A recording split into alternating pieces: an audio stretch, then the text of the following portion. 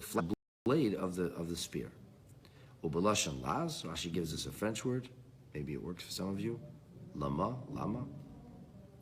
Medrash Agada, Yesh, Vani, Eniba, Ella, Lipshuta. There are various Haggadik interpretations of what this rotating blade means and why it's necessary to have a rotating blade. Amalach Kabbalah. And Rashi says, that's not my job. I'm here just to talk to you about the simple, straightforward meaning. So this is the opening volley of these psukim. And now, to have a better understanding of Adam Harishon's being driven from the Garden of Eden and divorced, if you will, from Hashem, we're going to take a look at the words of his Zohar and then see how the Rebbe explains that. So go to your Biurim book, and we're on page Tzadik Daled. Page Tzadik Daled. Okay, the Zohar reads as follows.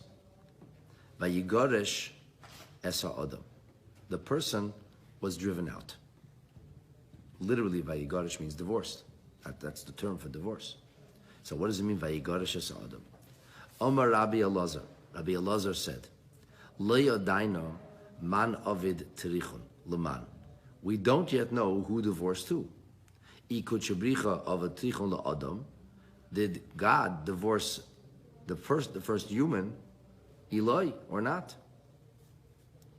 Avol mila ishapich vayigoresh es. But we have a word which can be understood in different ways. Vayigoresh es daika. Man girish. Who divorced?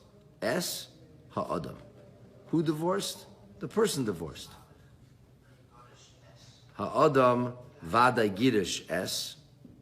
The person certainly is the one who divorced, so to speak, the presence of Hashem. Begin doksiv, because that's the case. That's why it says, Vayishalcheinu Hashem Elokim Migan Eden. That's why it says God sent him away. God sent him. God didn't divorce him. Amai v'yishalcheyu. Why did God send him away? And the answer is, begin the Girish Adam es. Because the person divorced, Vayigoresh es ha'adam. So es is the. And the here speaks about the Shekhinah, the presence of God. So read the verse, not Vayigoresh es ha'adam. Not, and the person was divorced, but rather, Vayigoresh es. He divorced the, or it. And who divorced it? The ha'adam. The person did. So that's what the Zohar says. So according to the Zohar, the words Vayishalcheyu, the fact that we use in verse 23 the words Vayishalcheyu Hashem Elokim, when it says what God did, it says Vayishalcheyu. God sent him away. But it says the word divorce, that doesn't show up until verse 24 because Vayigoresh es, who divorced? Ha'adam, the person divorced. So the Rebbe begins to analyze and explain this Zohar. Hazor mistapik. But Peter Shakaso, the Zohar seems to be in doubt in trying to grapple with and understand the meaning of the pasuk, the words Vayigoresh es ha'adam. And he divorced the person, was one way it could be read. Does it mean that God divorced the human? Or does it mean the opposite? Maskonas hazoyer, the end of the Zohar's conclusion is, that we should transpose the words. Ulafarish, we should explain this, Shaha'adam hu shagirish es hashchina. That it was the person, the human, who divorced the presence of God. V'zeo apirish. So how do you understand the meaning of Vayigoresh es? Because Vayigoresh es ha'adam would mean, and he divorced the person. So the Zohar said, es is a kinu l'shchina. Es is a euphemism referring to the divine presence. Vayigoresh es, like God is it, the. He divorced it, the. He divorced the presence of God. And because he divorced, that's why he was punished, and that's why ultimately he was sent away from Gan Eden. But it was Adam who drove God's presence away, not the other way around. The Rebbe says, Divrei HaZohar Tumuhim.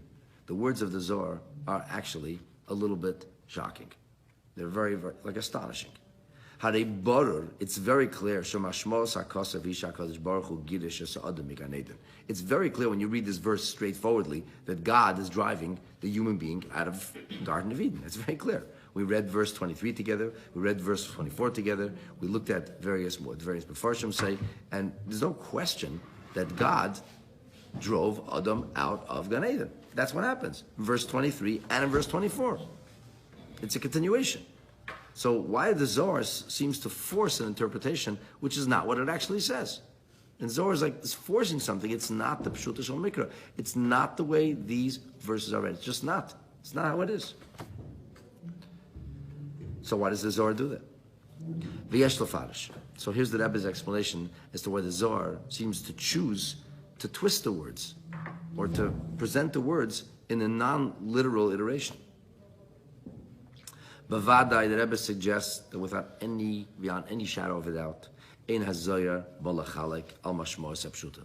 The Zohar does not come to deviate or differ with the straightforward and obvious meaning.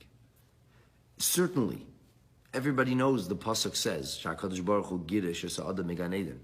That Adam's not in charge. He doesn't get to divorce God. Out you go, God. I don't let you be in Gan Eden anymore. It makes no sense even. Of course, it's obvious that the pasuk here is speaking about Adam, the human being driven from Gan Eden. That's obvious. The Zohar doesn't come to dispute that.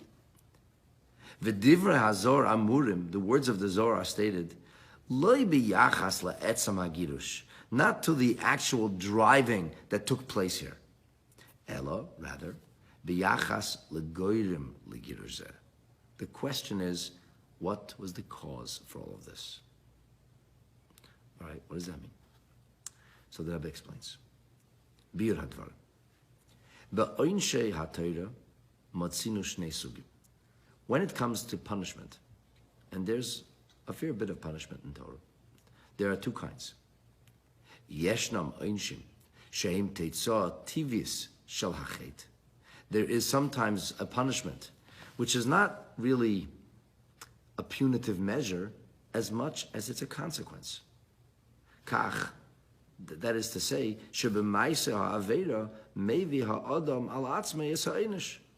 Through behaving sinfully, a person engenders this consequence. Kamesha Kasov, like it says of the pasuk in Yirmiyahu, Tiyasreka reyascha. Your own evil will chastise you. It's your evil that will. This is what we would call midah keneged midah. But midah keneged midah is not, God says, you did this, I'll knock you back with this. No, midah keneged midah on the straightest meaning means, you make the bed, you sleep in it. You ate like a horse, okay, so now you have, now you're obese. It's not a punishment. The punishment for eating like a horse is obesity. No, the consequence for eating like a horse is obesity.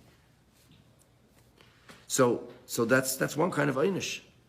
There is a consequence. That was the purpose of einish. The message of einish for us is that everything has a consequence. Everything has a price to pay. You want to do something, remember there's a price. Everything comes with a price tag. A price tag is not like if you do this, I'll come at you and you'll find out, you'll taste the bitter price. No, it's just matter of factly. That's what sin does. If you want to have a relationship with God, then you do mitzvahs. If you want to lose your relationship with God, chas v'shalom, well, then you do the opposite. If you rebel against God, you're going to lose the relationship with God. Not that God comes at you and wags a finger and says, you know what, you turned your back on me, I'll show you how I'll turn my back on you. No, it's a natural consequence. Sometimes. And then there are times when the einish is not the natural consequence. It's not an einish. Teitzah TV. HaKadosh Baruch Hu manishes Adam. HaKadosh Baruch Hu punishes the person. Of course, we know that Hashem loves us and it's corrective punishment. But when the child runs into the street, the child needs to be taught that that's a dangerous thing to do. And because the child might not understand, and because we don't want to wait until Rahman al-San, the child sees somebody get hit by a car, so he runs in the street, what does a normal parent do? A normal parent gives him a spanking, gives him a punishment. And he gets a punishment, and the kid learns it's a bad idea. Why? Because I'm going to get a punishment. It's not the natural consequence. The natural consequence of running into the street is getting hit by a car, chas v'shalom. So the natural consequence, we're hoping